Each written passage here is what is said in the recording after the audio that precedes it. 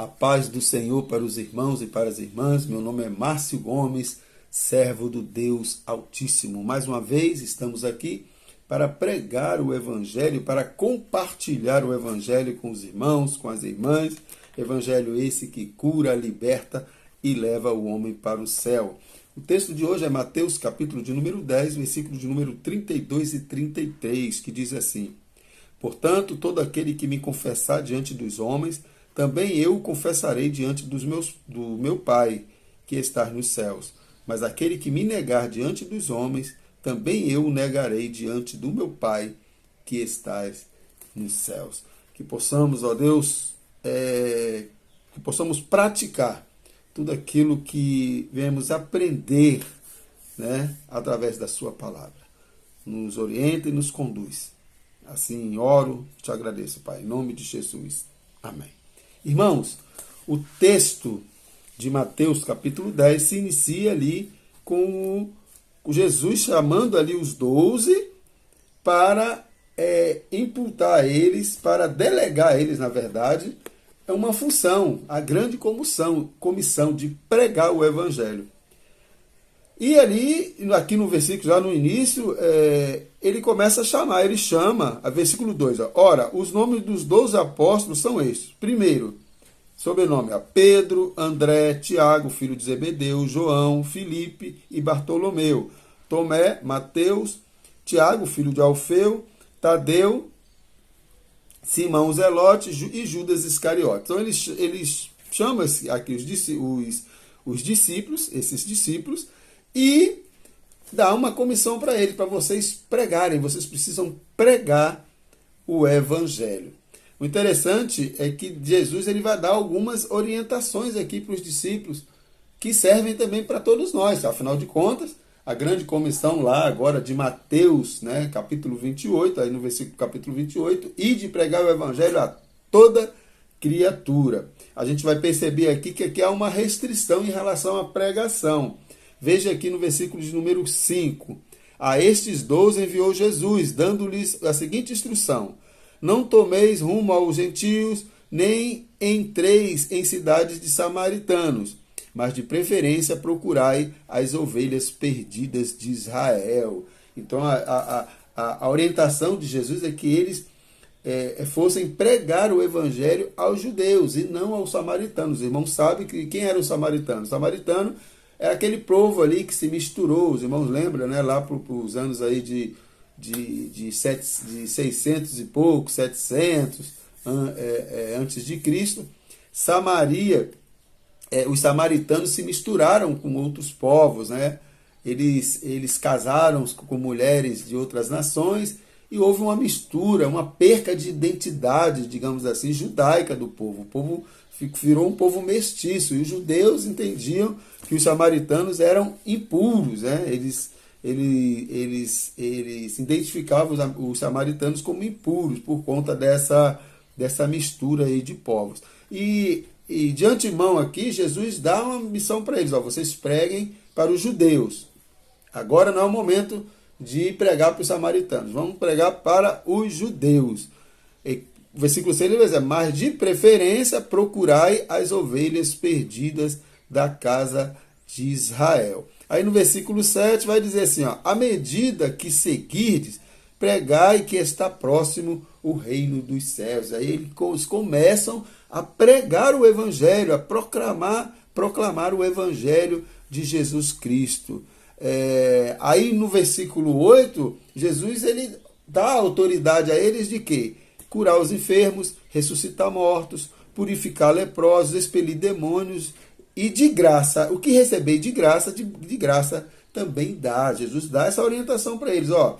Vocês vão lá, vocês vão curar enfermos, né? Toda a autoridade foi me dada. Toda a autoridade. E eu vou passar essa autoridade para vocês. Vocês expelirão demônios, sararão os enfermos, curarão leprosos, e aí por diante. Essa autoridade foi dada. Agora uma observação: o que vocês receberem, estão recebendo de graça vocês vão dar. Era uma preocupação muito grande. Jesus tinha uma preocupação social também muito grande, irmãos e irmãs, né? Tanto que ele vai dizer, ó, não junteis tesouros na terra, mas junteis no céu, não fica preso às coisas da terra.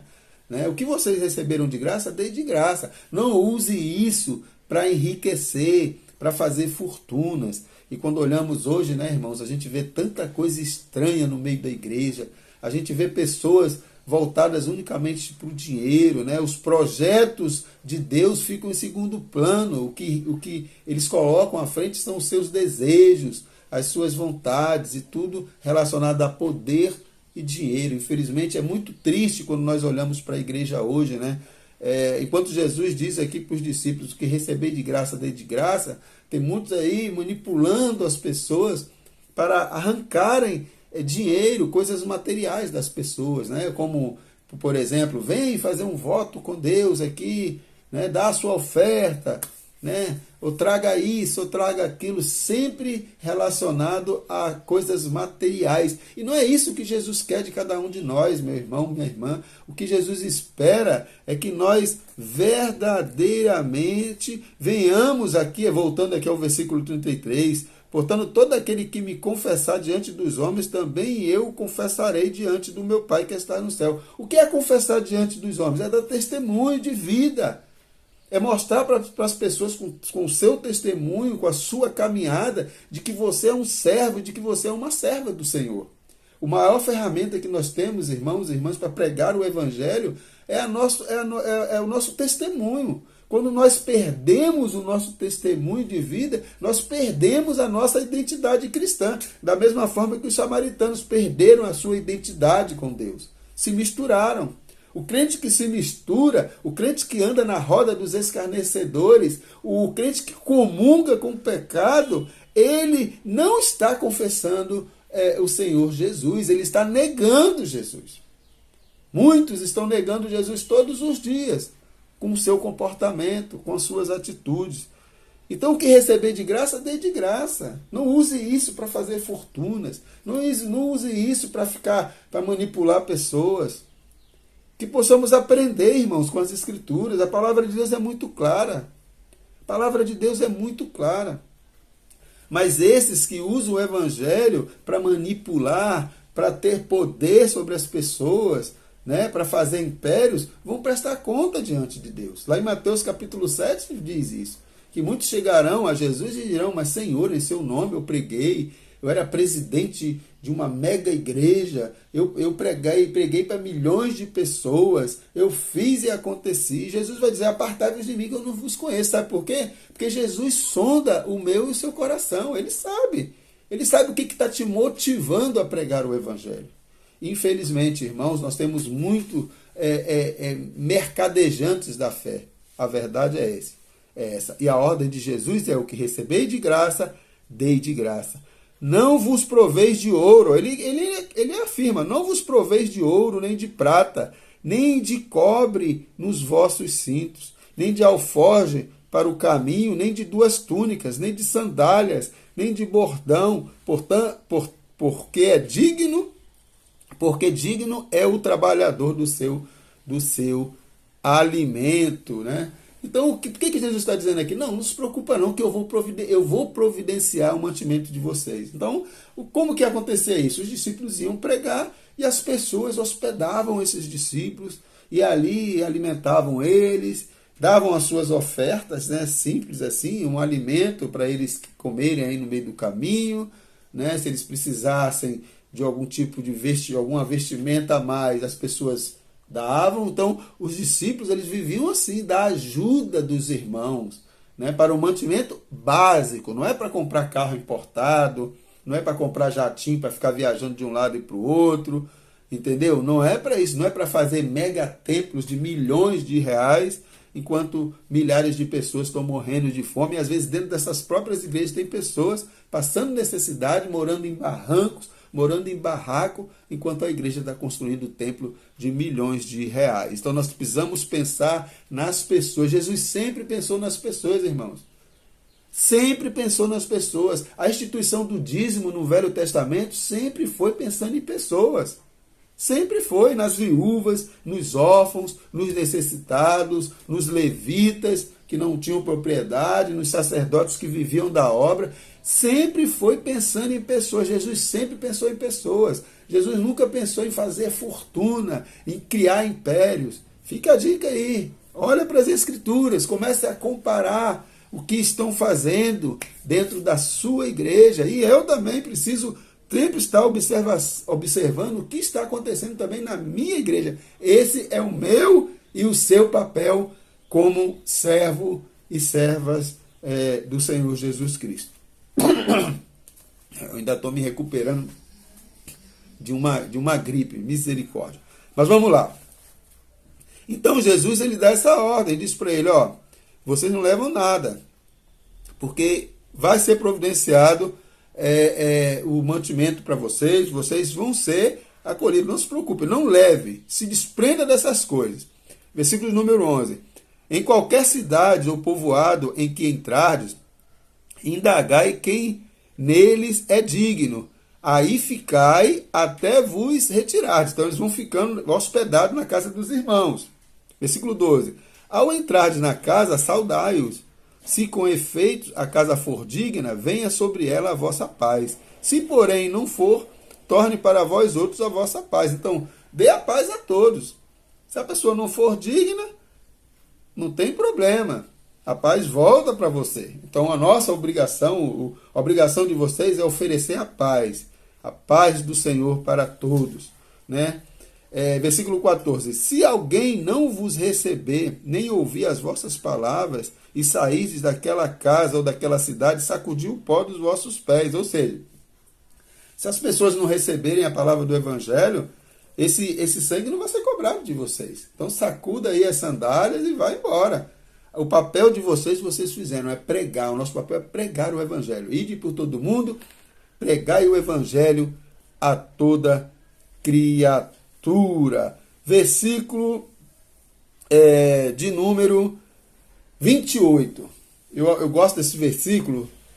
O versículo de número 28 vai dizer o seguinte: Jesus continua e vai dizendo para eles assim, ó, não tem mais os que matam o corpo e não podem matar a alma. Temei antes aquele que pode fazer perecer no inferno tanto a alma como o corpo. Não vos preocupeis com perseguições, com lutas. Vocês vão ser perseguidos. Pessoas vão ameaçar vocês até de morte. Mas não temeis aqueles que podem matar o corpo, mas temeis aquele que pode matar tanto o corpo e ainda levar a alma para o inferno. E infelizmente, rapaz, tem muita gente, meu irmão, minha irmã, que perdeu esse temor. Perdeu o temor literalmente, estão escandalizando, estão fazendo qualquer coisa, estão deixando a palavra de Deus de lado. Versículo 28. Não se vendem 2 pardais por um ase, ele vai dizer, nenhum deles cairá em terra sem o consentimento do vosso Pai. Ou seja, Deus está no controle, o Senhor está no controle de todas as coisas. Versículo 30. E quanto a vós outros, até os cabelos, todos da cabeça estão contados. Deus conhece você, Deus me conhece. Ele sabe quantos fios de cabelo tem na sua cabeça. Deus sabe dos seus problemas, dos meus problemas, das nossas dificuldades, das nossas fraquezas. Ele nos conhece, irmãos, mais do que nós mesmos. O salmista vai dizer que Deus nos conhece antes de estarmos formados no ventre das nossas mães. Ele já nos conhece, ele conhece o profundo do nosso coração. Por isso, a Deus ninguém engana, irmãos.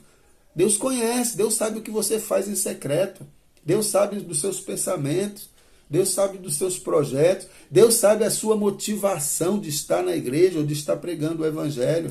Vigiai, porque a Deus ninguém engana. A Deus ninguém engana. E é isso que Jesus está chamando a atenção. Deus conhece, né, cada fio de cabelo dos vossos cabelos, da sua cabeça. Deus conhece. Versículo 31. Não tem mais, pois, bem, mas valeis vós do que... Não tem mais, pois, bem mais valeis vós do que muitos pardais. Então ele faz essa comparação. O pardal tem o seu valor? Tem, mas vocês valem muito mais do que muitos pardais. Vocês são importantes. Lembre-se disso na sua caminhada. Na caminhada que vocês estiverem pregando o Evangelho. Por isso que ele vai dizer, ó, no versículo 29, não se vendem 2 pardais por um ases, e nenhum deles cairá em terra sem consentimento do nosso Pai. Imagine vocês, ó. Aí ele vai dizer: enquanto a vós outros, até o cabelo da sua cabeça, Deus, eu conheço, o Senhor conhece. Não tem mais, pois, bem mais valeis vós do que 2 pardais. E aí ele entra no versículo 33. Portanto, todo aquele que me confessar diante dos homens, também eu confessarei diante de meu Pai que está nos céus. Mas aquele que me negar diante dos homens, eu também o negarei diante do meu Pai que está nos céus. Que eu e você, o que nós estamos fazendo? Estamos negando ao Senhor ou estamos confessando ao Senhor verdadeiramente? Estamos vivendo esse evangelho de uma forma plena ou estamos vivendo usando uma máscara, né? Ou estamos sendo hipócritas no nosso falar, no nosso caminhar? Estamos vivendo um personagem ou estamos vivendo um evangelho genuíno? Estamos construindo a nossa casa na rocha ou estamos construindo a nossa casa na areia? Precisamos refletir sobre isso. Buscai primeiro o reino de Deus e a sua justiça, e todas as coisas vos serão acrescentadas. Mateus aqui 6,33. É isso que eu e você, é isso que nós precisamos fazer. Obedecer o ID de Jesus. Pregar o evangelho a toda criatura. Não pensando em ter benefícios próprios com isso. Porque o maior benefício nós já recebemos, que é a nossa salvação em Cristo Jesus. Porque quando nós pregamos o evangelho, irmãos, nós não vamos receber recompensa de homem nenhum, não. Pode ter certeza. Seremos perseguidos. Por isso que ele vai dizer, ó, não tem mais quem matais o corpo ou a alma. Não. Não tem mais quem matais o corpo, mas tem mais aquele que pode tanto matar o corpo como mandar a alma para o inferno. Não se preocupa, porque a maior recompensa nós já recebemos, é a nossa salvação em Cristo Jesus. Tem um texto de um puritano do século XVI, que o nome dele é Thomas Watson. Ele vai dizer assim, ó, ao pregar a verdade, não esperamos flores, nem tampouco reconhecimento, nem o aplauso dos homens. Se a mensagem de Cristo ofende a todos, se a pregação da verdade custou aos apóstolos morte e perseguição, por que seria diferente conosco? Por que seria diferente? Então que possamos, irmãos, verdadeiramente confessarmos ao Senhor todos os dias, com o nosso testemunho, como já dizia um monge católico, né? Prego sim o evangelho e, se necessário, até falo. Prego sim, Francisco de Assis, prego sim o evangelho e, se necessário, até falo. Ou seja, eu prego o evangelho com a minha vida, com o meu testemunho, com o meu procedimento, com a minha atitude. Quer comais, quer bebais, quer façais qualquer coisa, façais unicamente para glorificar o nome do Senhor. E que a graça do nosso Senhor Jesus Cristo, o amor de Deus e as doces consolações do Espírito Santo estejam presentes na minha vida e na sua vida, nos dando esse entendimento de que precisamos confessar a Jesus todos os dias de nossas vidas. Fiquem na paz, em nome de Jesus.